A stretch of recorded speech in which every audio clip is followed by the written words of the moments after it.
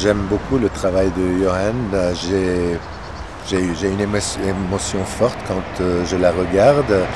J'ai connu Johan à travers une exposition, je ne le connaissais pas et puis j'ai pris contact avec lui et je trouve que le travail est très beau, c'est un grand artiste. Il est un peu dans la mouvance de Chillida et comme j'ai toujours aimé Chillida comme sculpteur, j'ai toujours rêvé d'en avoir. Mais bon, les Chillidas sont inatteignables aujourd'hui. Et puis j'aime encourager les artistes belges et donc voilà, on a fait un achat de quelques œuvres. De quelques œuvres. Oui. C'est la première chose qui vous est venue en tête quand vous avez vu le travail de Johan. C'est le rapport avec Chillida.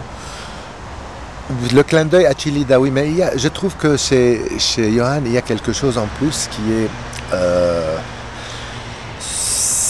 cette chaîne qui est en même temps cassée, mais qui est en même temps qui se rejoint. C'est un peu une image du monde où on trouve les dialogues qui se font, mais qui se cassent. C'est un peu, nous espérons d'ailleurs nous aussi rapprocher ce monde à travers notre fondation, mais ça c'est un symbole et je venais de lui dire que je trouvais vraiment un lien entre le rapprochement, parce qu'en même temps les choses ne se touchent pas, elles se respectent, elles sont à une distance, mais elles sont esthétiquement très belles. Et c'est vrai que si elles étaient fermées, elles seraient prisonnières l'une de l'autre, et si elles restent comme ça, il faudrait peut-être les rapprocher un peu plus, mais bon, c'est une question de aussi comment lui la voit et de quelle manière. Mais je vois dans toutes ses œuvres un peu, en tout cas toutes les œuvres que j'ai achetées et qui sont d'une certaine période, je ne connais pas son dernier travail, c'est un peu ça.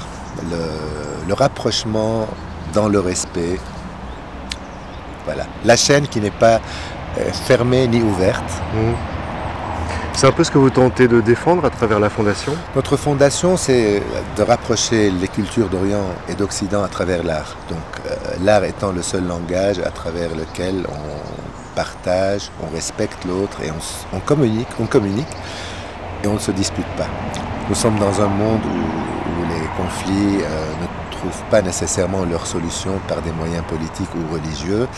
Et l'art est une bonne solution, une bonne réponse à ceux qui veulent la voir et à ceux qui veulent se rapprocher pour créer des ponts, des fenêtres et des liens. L'art pour vous serait le lien entre les différentes cultures et les différents peuples? L'art pour moi c'est une bonne réponse, c'est un bon moyen d'établir une communication. Les gens ne se parlent plus et ça c'est un bon moyen. Même si on n'est pas d'accord, on peut apprécier et on peut partager, on peut communiquer ce qu'on ressent. Alors qu'on voit il y a des portes bouchées et des solutions qu'on ne trouve pas et qu'il faut trouver. Est-ce que les œuvres de Yohann Bodard sont universelles d'après vous? Est-ce qu'elles peuvent parler? J'espère en tout cas qu'elles traverseront le temps. Oui, je crois que oui, mais ça c'est seulement le temps qui le dira. On peut jamais savoir qui dépassera quoi et comment. C'est lié à tellement de choses finalement et c'est vrai qu'il y a beaucoup de bons artistes qui n'arrivent pas et qu'il y a beaucoup d'artistes moins bons qui arrivent très loin. On peut pas, j'espère qu'ils traverseront le temps en tout cas et moi en tout cas je ressens beaucoup d'émotions quand je les vois et quand je les admire quoi. Est-ce que le choix était difficile ou est-ce que vous avez flashé, comme on dit? J'ai flashé à un moment dans une même exposition sur plusieurs pièces d'une même période, peut-être inconsciemment à cause de ce lien qui n'en est pas un, à cause de ces deux anneaux qui sont toujours là mais qui se mettent ensemble d'une manière ou d'une autre.